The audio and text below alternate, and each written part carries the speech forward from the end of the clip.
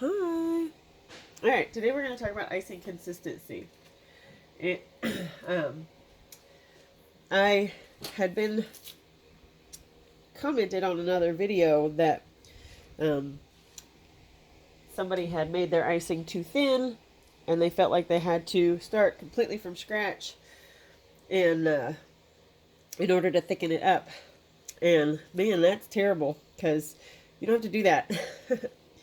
I have these leftover icing sticks from my gingerbread kid kits, and so they're separated a little bit here.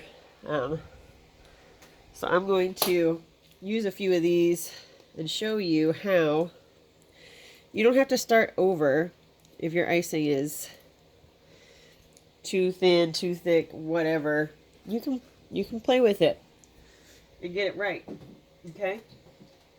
So I like to use these salsa bowls from H-E-B or Walmart, and these little tiny spatulas from either Amazon. Dollar Tree has some like this, and they're great too. This is just happened to be the one that I had in my hand. So I put my icing in the bowl, stir it up. Okay, so I got it together. It's pretty thick. If I wanted it thinner, the best way to do that is with a spray bottle, not pouring water in. You always wind up getting too much. So a spray bottle is going to be your best friend when it comes to thinning your icing, because it really doesn't take much water.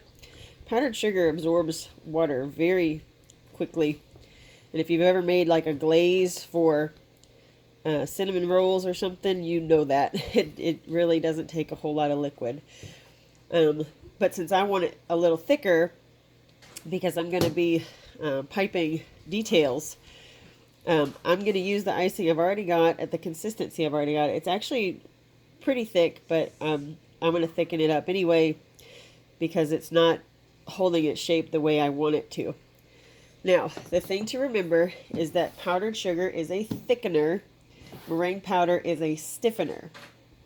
So if I want to just make it thicker, I'll add some more powdered sugar. If I want to make it stiffer, like for writing, like piping writing, or very straight lines, or very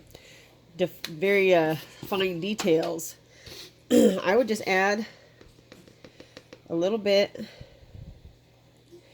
of powdered sugar, or meringue powder, right to the icing, just like that.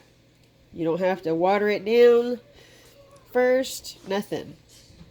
You just mix it in. Now, the thing that you'll notice when you add meringue powder like this is that it doesn't change the texture immediately. With powdered sugar, you'll notice an instant thickening because that water absorbs very, very, very quickly. Meringue powder isn't like that, and it requires more time. Shove that in there. Don't want a whole lot. The meringue powder requires more time to absorb the water in the icing. So you won't notice a change right away. It takes it a minute to change consistency to what it's going to be. So don't think, oh no, it didn't work, I need to add a bunch more meringue powder. No, don't do that. And honestly, I don't know, I don't have any kind of a gauge. I have a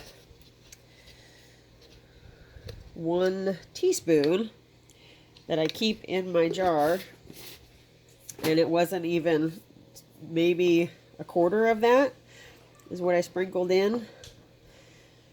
And now you'll see it's starting to hold its shape a lot better than it was before. Before, when I would do that, it would all just get real smooth real quick. And now it's holding its shape. So this is the texture that I want for piping. Like I said, letters, fine details. If I was doing actually, if I was doing letters, I would probably go stiffer than this. I don't know that I would add more meringue powder just yet, but I would add more powdered sugar to get a good letter piping consistency, because it does fall a little bit. It's kind of like when you make meringue and you get the stiff peaks, but they're not quite stiff enough. That's kind of where we're at here. This is good for most fine details, but it's not good enough for wording.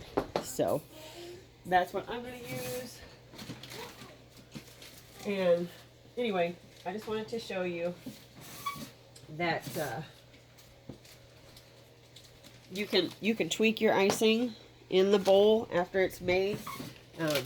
You do not have to start from scratch if it's not the consistency you want. Just play with it. A little water if it's too thick, little powdered sugar if it's too thin. Okay? Thanks, guys.